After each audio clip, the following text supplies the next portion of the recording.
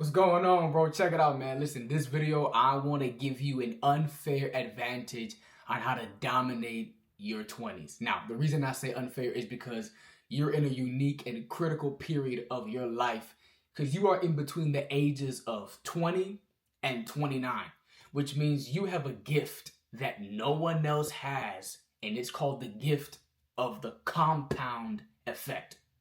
So if you follow the play that I'm about to put you on right now, you're going to dominate your 20s in a way that the gap between you and everyone else in your life will be light years of a difference. So if you're ready, let's get started, bro. So let's talk about the greatest three-point shooter in NBA history. You know him. His name is Steph Curry. Now, this man be shooting up threes from all over the court. The question is, how? Not how does he do it, but how did he get there? So, if you don't know already, Steph Curry, allegedly, according to reports, he practices and puts up 500 shots a day for 7 days a week. So let's do some quick math. 500 shots a day for 7 days a week is 3,500 shots a week. You follow me so far? 500 shots a day, 7 days a week. That's 3,500 shots a week. 3,500 shots a week. That's 168,000 shots a month. 168,000 shots a month. That's 2,016,000 shots a year. Now, Steph has played 16 seasons in the NBA. So let's just do some quick math, all right? If you were to multiply 2,016,000 shots for every season he's played in the NBA, which is 16, you have to multiply what? 2,016,000. That's the amount of shots he puts up in a year times the 16 seasons in the NBA. Follow me here. That's a total. I'm about to blow your mind, okay? That's a total of 32,256,000 shots that Steph has put up. 32,256,000 shots that this man has put up in the 16 years that he's been in the NBA. And he has shot all those shots, just, listen to me, just so that he can make 3,905 three-point shots for the NBA record. Am I making sense right now, bro? Listen to me. His NBA record is less than 1% of all the shots that he's made, of all the shots that he's put up, of all the shots that he's attempted. His NBA record is less than 1% of all the shots that he's had to put up in order for him to get to where he's gotten to. Listen to me. You know what that's called? The compound effect. Steph has an unfair advantage every time he laces them up and goes on the basketball court. Why? Because the man has compounded shots after shots after shots. You want to know what's another word for the compound effect? It's called consistency. Just doing the same thing over and over and over again. It's called the compound effect. That is the unfair advantage that I want you to have as a man in your 20s. And the reason why is because I disagree with the common thinking that because you're in your 20s, you have the time to celebrate, to party, to chill, to do this kind of stuff. And yes, there is a place for celebrating. There's a place for partying. There's a place for kicking it. There's a place for maybe going to the functions. There's a place for having fun. There's a place for all that kind of stuff. But you never get your 20s again. Think about it. From the moment you're born until the age of 19, you are a child. From the moment you're born until 19, you are a child. The moment you hit 20, You transition from childhood to adulthood. So they say that the first 5 to 7 years are the most formative years in a child's life. Well, I believe that in the same way, the first 9 years of your 20s are the most formative years for the rest of your adult life. Now, what you do in your 20s, it's not going to dictate and determine how the end of your life will be, but it has a huge influence on how your life will play out. And the question is, if you could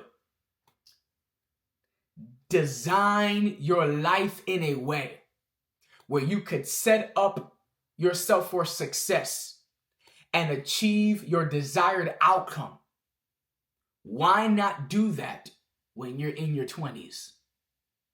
Why not compound? Why not build? Why not work on something that you could achieve your desired outcome not by the time you're 40, but you could achieve it by the time you're 30? Now, the reason why I'm using the word compound is because I'm borrowing it from the financial term compound interest. You've heard of compound interest, right? Compound interest is the interest that you earn on interest. So let me make it plain, okay? Let's use basic math, all right? If you have $100 and that $100 earns 5% interest each year, you'll have $105 at the end of the year. Does that make sense so far? So in order to dominate your 20s, you have to compound, watch this, consistency. That is what's going to set you apart from everybody else. If you compound consistency. I've surveyed and talked and interviewed over 100 men in their 20s, and out of all the different challenges that men in their 20s are facing right now, the number one theme, the main pattern, the main thing that connects the dots with all of these different men is consistency, or rather, the lack of consistency. What could your life look like if you were consistent? Where could your life be right now if you were consistent? Who could you have become if you were consistent? You know that the greatest individuals who we look up to, not all of them are the strongest, the fastest, the smartest, come from great backgrounds, come from a lot of connections, come from a lot of money. The people who we admire the most have one thing in common. They compounded consistency over and over and over. Here's your problem right now, bro. The problem is that the life that you have right now is because of the choices that you have compounded over time. You see, you think that you lack consistency. That's not true. You are consistent. Your life and the fruit of your life is evidence of the consistency that you've been practicing. You're consistent. The problem is you're consistent in all the wrong things. That's it. The problem is not your lack of consistency. The problem is you're consistent with all the wrong things. You're consistent about not being consistent. Right? You're consistent about all the things that you should not be consistent in. And here's the catcher, bro. The problem is that you think that a choice here and a choice there, it don't really matter. You think that one little choice here and one little choice there won't have that much effect. So let me put it to you this way. I wrote it down because I want to make sure I say this right. Eating an extra bag of chips every day doesn't seem like that big of an issue, does it? Eating an extra bag of chips every day for 1 year, doesn't seem like that big of a problem, does it? Well, do you know that the average bag of chips is around 125 calories? So if you eat an extra bag of chips every day, that's 125 more calories. Not just 125 calories. It's 125 more calories. 125 more calories every day for a year. That's 365 days of 125 more calories. Do you realize that 125 more calories every day for a year adds up, compounds to 13 pounds? 13 pounds you could have avoided. 13 pounds you did not have to walk around with. 13 pounds you did not have to gain, not by working out, not by juicing, not by fasting, not by dieting, just by making one change in one small decision. I'm not going to eat one bag of chips every single day. Now, maybe you still think I'm talking about a bag of chips. I'm talking about the small decisions that you've made in your relational life, the small decisions that you've made in your financial life, the small decisions you've made in your physical life, the small decisions you've made in your personal life, in your professional life. All these tiny decisions, they compounded over time. Here's what you don't realize, bro. You're already engaging in the compound effect. The problem is you're compounding all the wrong things. But all that can change. And you're probably wondering, well, all right, Max, all right, put me on game then. How do I change my compound effect? That's the wrong question. Because your solution is not how to compound or even what to compound. The solution to the compound effect, the solution to changing how you compound and what you compound is why do you compound? Why have you done what you've done? Why do you do what you do? Or why do you want to do what you want to do? Like, why do you wake up in the morning? Why do you get out of bed? Why did you choose the job that you chose? Why are you in the relationship that you're in? Why do you go back like a dog to its own vomit? Why do you do what you do? Do you realize that I would put every dollar on the line? There's no way that Steph Curry wants to go to the gym every day. There's no way that Steph wants to work out every day. There's no way that he wants to go to work and play I'm sure there are parts of the job that he does not want to do. There are some days the man probably does not want to play basketball. Why does he get up, lace them up, and go to work on every single night playing basketball? Why does he do it? Do you realize that you just don't know your why? And there's a lot of gurus, a lot of people on YouTube that talk about how to develop consistency and how to develop discipline and how to use willpower to get your life from point A to point B. The problem isn't willpower. The problem isn't even the routine that you have. The problem isn't necessarily the system of discipline or the lack of system in your consistency. The problem is you don't know your why. And it's not that you don't have a why. You just don't know your why. You have a why. You just don't know what it is. See, the whole point of the playbook is not to help you create a why. It's to help you find your why. It's the playbook. It's what's been written out for you. This is how we find. This is how we discover. This is how we develop that discovery. This is how we dominate based on the discovery and the development that we've gone through. That's the whole point of the playbook. It's play by play, step by step. This is how the process looks like for you, so you can dominate in every area of your life. But the question is why? Let me tell you right now, gun to your head in a room with an assailant. and the attacker, the intruder, the assailant tells you, you better run on this treadmill for 24 hours, or your wife, your dad, your mom, your brother, your sister, your son, your daughter, your grandma, your best friend, they die. You gonna run? You gonna run for 24 hours? You gonna get off that treadmill? I didn't think so. Why? Bro, the reason why you gonna run on that treadmill for 24 hours is not to save your life.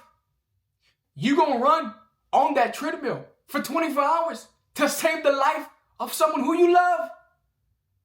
Why are you running on that treadmill for 24 hours? Because it's not for me. It's for somebody else. You may be fat and you still gonna run. You may have asthma, you still gonna run. You may have a terminal illness, you still gonna run. You may not even have legs and you still gonna run. Why? Because you understand that my actions moving forward, the life of someone who I love is on the line. That's a why. See, your problem is not that you don't have the right discipline. I love the words of Darius Daniels. He says, the problem is not that you don't have the right discipline. The problem is you have the wrong why.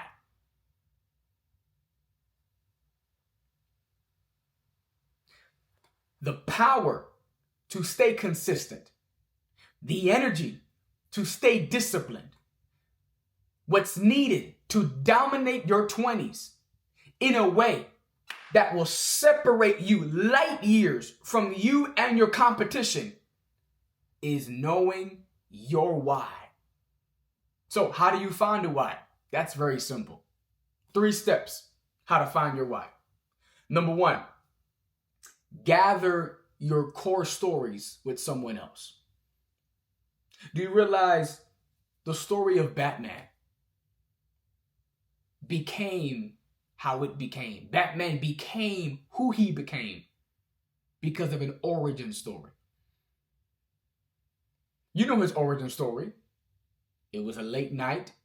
Him and his parents left a venue.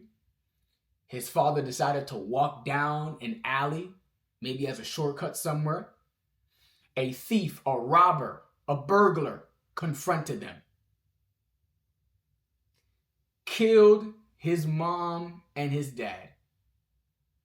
Took the pearl necklace from his mother's neck. Took their belongings. And Bruce Wayne was left as an orphan in the city of Gotham. That became his why. Your core stories, the things that happen for you, the things that you felt like they happened to you. There are core stories in your life that form your why. You have a why, you just haven't discovered it. But you can't just find your why on your own. You got to share it with somebody else. Why is that? Because the first step is to gather your story and share it with someone else. Because after you gather your story and share it with someone else, then you find the themes in your stories with someone else. You need someone from the outside and say, okay, let's connect the dots. Let's see how these different core stories connect. Let's see the thread that lines them all up together. Oh. And once you begin to see how the dots connect with all the stories, then the third step, you draft your why statement with someone else. You begin to take your stories. You begin to work on a statement, something concise, something beautiful, something that is crystal clear to you that you won't even have to try to memorize it because it's already a part of you. Now, when you fine-tune that why statement, listen to me, every decision you make in your life, you will never have to second guess it again. Why? Because you know your why. And your why influences every major decision in your life. What school you go to, who you marry, what career you decide to engage in, what kind of health you desire to have, how much money you want to make. All that is influenced by your why. Most men who I've talked to in their 20s have three major desires. I want financial security. I want to have a great career. And I want to be with the people who I love. Three major things that men in their 20s desire: financial security, genuine relationships, and to dominate in the areas of their lives. Every man desires to be the greatest of all time in his own bubble. Every man desires more. You can have more. It just starts with identifying that why. And see, this is the point of the playbook. See, it's a shift in mindset. Now, why is that important? I like the word mindset, especially the word set at the end. So right now I'm in a room, and in this room, the temperature has been set. The temperature has been set by the thermostat in the house. The thermostat has been set to a certain temperature that no matter what's happening outside the house, no matter what's happening inside the house, to a degree, of course, the temperature has been set. And because the temperature has been set, what the temperature produces, what the thermostat produces, the outcome of that setting mode is on automatic. What if you could set your life on automatic success? What if you could set your life on automatic productivity? What if you could set your life on automatic discipline? All that is possible. It's called a mindset. But you have to set your mind at a certain framework. That's why the playbook was created. To help you change your mindset from what it has been producing to what it can be producing. So here it is. I think the greatest example of someone who dominates in their life is none other than LeBron James. LeBron James has been dominating in the NBA for 20 years. There are other basketball players in the NBA. How come we don't see more LeBron James? And you can't just say he's a physical specimen. There are plenty of physical specimens in the NBA. There are plenty of freakishly, naturally talented, gifted, athletically gifted people in the NBA, and they are not LeBron James. What has made LeBron James the player that he is today, that he dominates the league at the level that he's dominated, and for the longevity that he's dominated? LeBron has a why. What's his why? His why, I'll tell you right now, is his mom. Single parent home, Akron, Ohio, Section 8 housing, poor, couldn't even afford the last O and R, broke, struggled, grew up with no father. His why, that's his mom. And as time went on, his why probably evolved from his mom to his boys, from his boys to his wife, from his wife to his kids. His why isn't about him. It's about somebody else. And because LeBron has a why, that why he dominates influences how he dominates. And how has LeBron dominated for 20 years in the NBA? Very simple. LeBron James, according to different reports, allegedly, he invests in himself $1.5 million a year in his body. Now, I gotta read this to you, bro, because this is mind-boggling to me. $1.5 million a year into his body. I just want to read to you the stuff that this man be doing. He be talking about, first of all, he does a very specific regimen of schedule, right? He's up at 6, cold plunge 10 to 15 minutes, warm up in the court, nap between noon and 2 p.m. He's going to do different activities throughout the day, interviews and brands and partnerships and negotiations and all that kind of stuff. He's doing activations. He's in stretching. He's massaging hours before 7 p.m. tip-off or whenever the game is. He's cold plunging, red light therapy, hyperbaric oxygen chamber, right?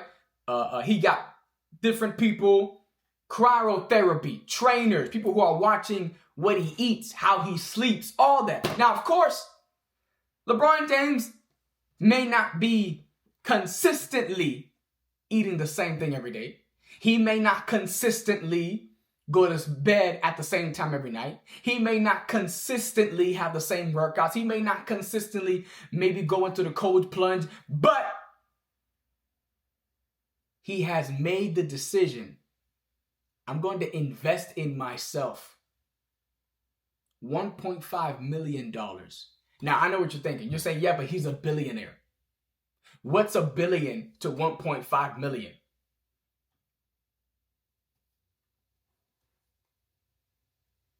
You know, it's not about the money. It's the principle. LeBron James has understood this mindset. There's no better way. There's no better gamble. There's no better thing to bet on than me. I'd rather bet on me than the S&P 500. I'd rather bet on me than any index fund. I'd rather bet on me than cryptocurrency. I'd rather bet on me. But LeBron James is confident I can bet on me because I know my why. And my why is powerful enough to wake me up every day at 5 a.m. even when I don't feel like it. That's what the playbook is for. I want to help you draw out that why. Set you up with systems so that you can dominate your 20s in a way that by the time you get to 30, you're going to be light years ahead of every other 30-year-old. That's why I'm asking you, I'm inviting you, and I'm offering you this investment of the playbook. Invest in yourself, bro. So, I want to see you dominate. I want you to tap into this crazy, unfair advantage I want you to have. The compound effect. And you can find out what the compound effect looks like in your life. Simply invest in yourself now. And welcome to the playbook.